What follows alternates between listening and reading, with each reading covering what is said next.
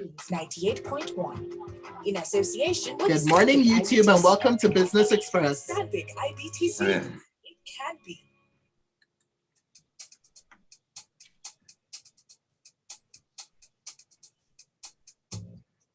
And welcome, just gone 31 minutes past 6 o'clock, and welcome to Business Express for a Thursday morning. I'm Sope Martins. This is Smooth Breakfast, and of course, Rotus is in. Good morning, Rotus.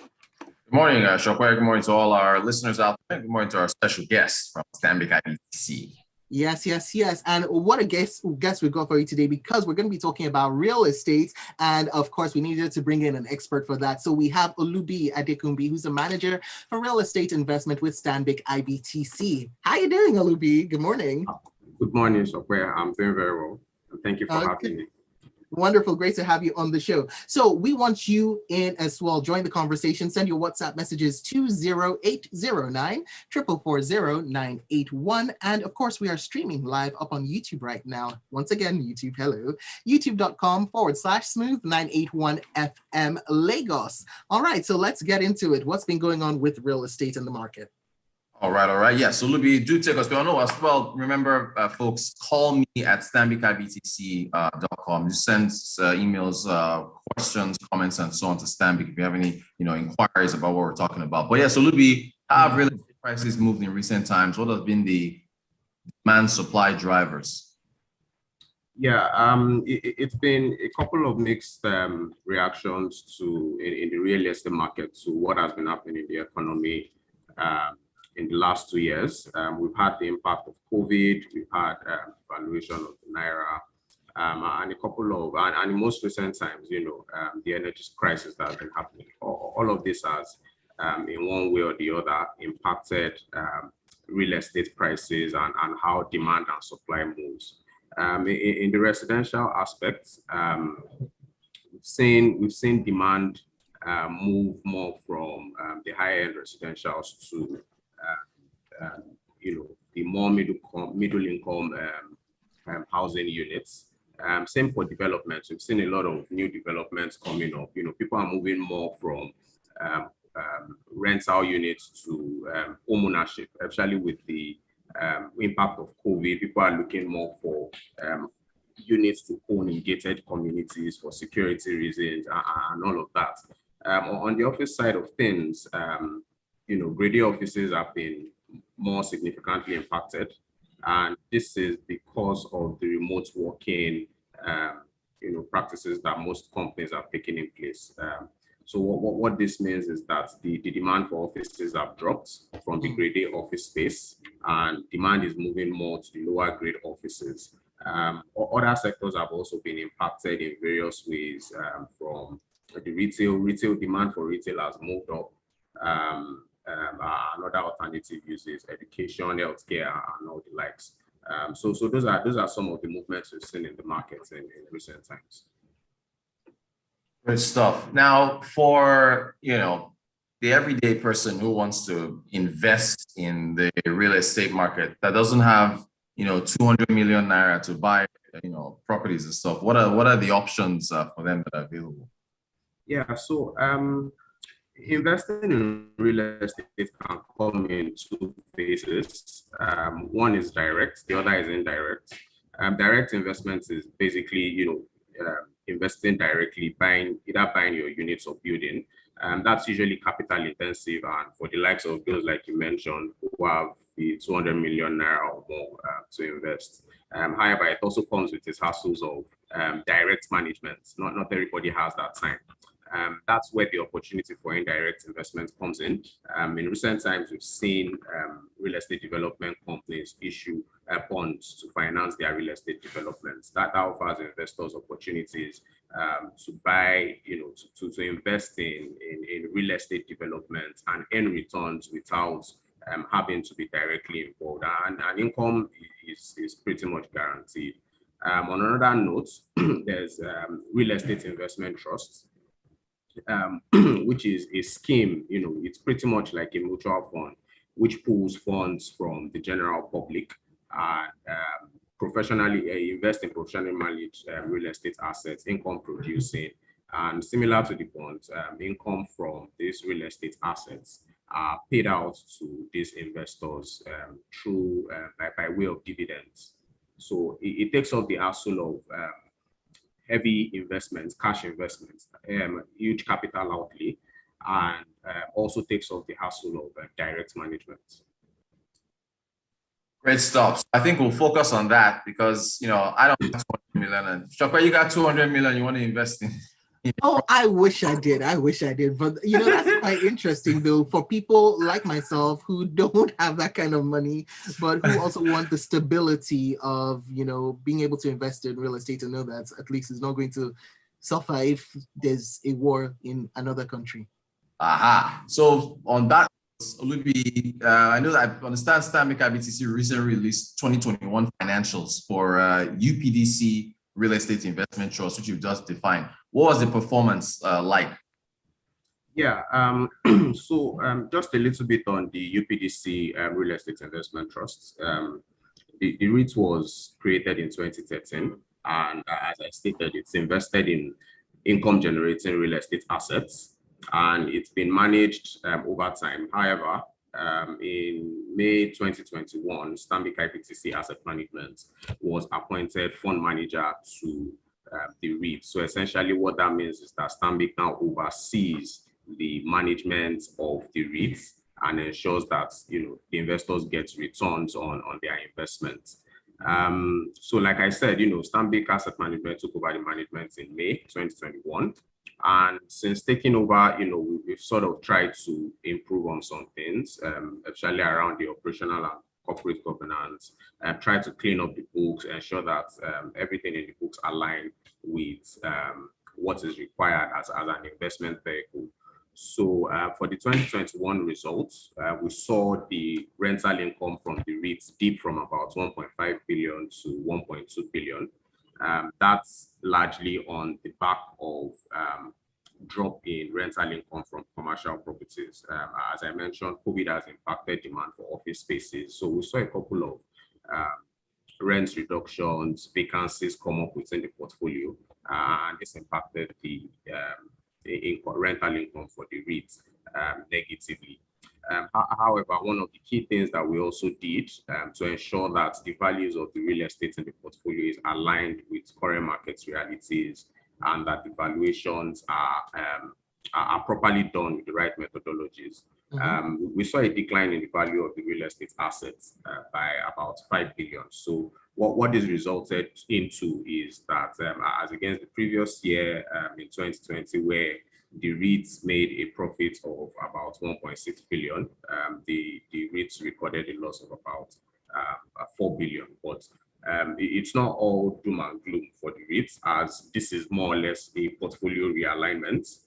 It provides more opportunities for intending investors to come on board, and it gives them value because this repositioning gives the opportunity for the REIT to improve on these assets and improve its income generating capacity. Interesting. So you've mentioned COVID as a factor here. Shokwe was just making a comment about the war in Ukraine and so on. Is that in any way a headwind for any spillover effect from that war on the performance of the REIT or the real estate sector at large? Yeah, in the long run, it's expected to impact one way or the other. As you're aware, Nigeria is an import-driven economy, and most of the materials we import or we use in the development of real estate, they are mostly imported. Also to bear in mind is that Russia is one of the highest oil distributors in the world. And with the impact of the war, we've seen energy costs rise up in a lot of the developed countries. What that will result to is the increase of prices generally, and in turn, increase in prices of those building materials that we would import. So the impact that would have is that materials we get to import will increase more, and in turn impacts the cost of buildings, the finished products we will get to build. So it's a medium to long-term effect. With real estate, some of this economic impact doesn't happen overnight, but like the energy is happening immediately. but in the medium to long term, that impact is going to hit us. And I'm guessing loans have been taken out as well when it comes to these real estate developments, right? So yes, that would be another factor of impact. Yes, well, I mean, that's why repositioning is very, very key. Okay. A lot of players in the sector are also trying to, divert from a lot of this importation to focus more on local materials, and you'll be impressed with the quality of stuff that we are beginning to see in the market. So that's also a factor that could help in curtailing this impact. Is it prudent for the REITs to explore subsectors of the real estate markets in order to generate more returns? Yes, absolutely. It's ideal. Traditionally, investors are focused more on residential and commercial investments, but we are also beginning to see that there's interest in other sectors, which alternative sectors, which we typically categorize into digital healthcare and education, and these are sectors that in the last 2 years, despite all the economic events that we've seen, these sectors are proving resilient. Returns are proving superior to the residential and commercial sector. So there's a lot of interest going on into those sectors to sort of improve returns for real estate investors and the REIT as well. So it's an ideal way to go. Cool. I've noticed there's been a lot of the NGX, the exchange, which UPDC trades on. The NDX has been doing a lot of facts behind the figures for everyday investors, I guess, to keep them up to date with what's going on. Is that something that you're doing for the UPDC, for the UPDC REITs? Yes, absolutely. The REITs we had the fact behind the figure session in December, and we were able to shed some light to the investment community on some of the activities of the REITs and some of the plans we have for improving the REITs, which included the revaluation, which we've just done. And we plan to, in addition to the facts behind the figures, explore a lot of other options in engaging the investment community to improve information and knowledge about the REITs, and also encourage, just to generally improve market sentiment on investing in REITs and other investment avenues. So yes, we plan to do more of that where the opportunity arises. We also plan to explore other opportunities available to us to improve general knowledge of the REIT and UPDC REIT. All right, now we've got about a minute left, and we have a question in from Ogene Ochuko who says, why are there low investments in low-income housing in Nigeria? Yeah, I mean, the reason why, from a commercial perspective, every developer would want to invest in low income. Every developer wants to make some profits. In an instance where the low income housing doesn't provide, the sort of margins that would be expected,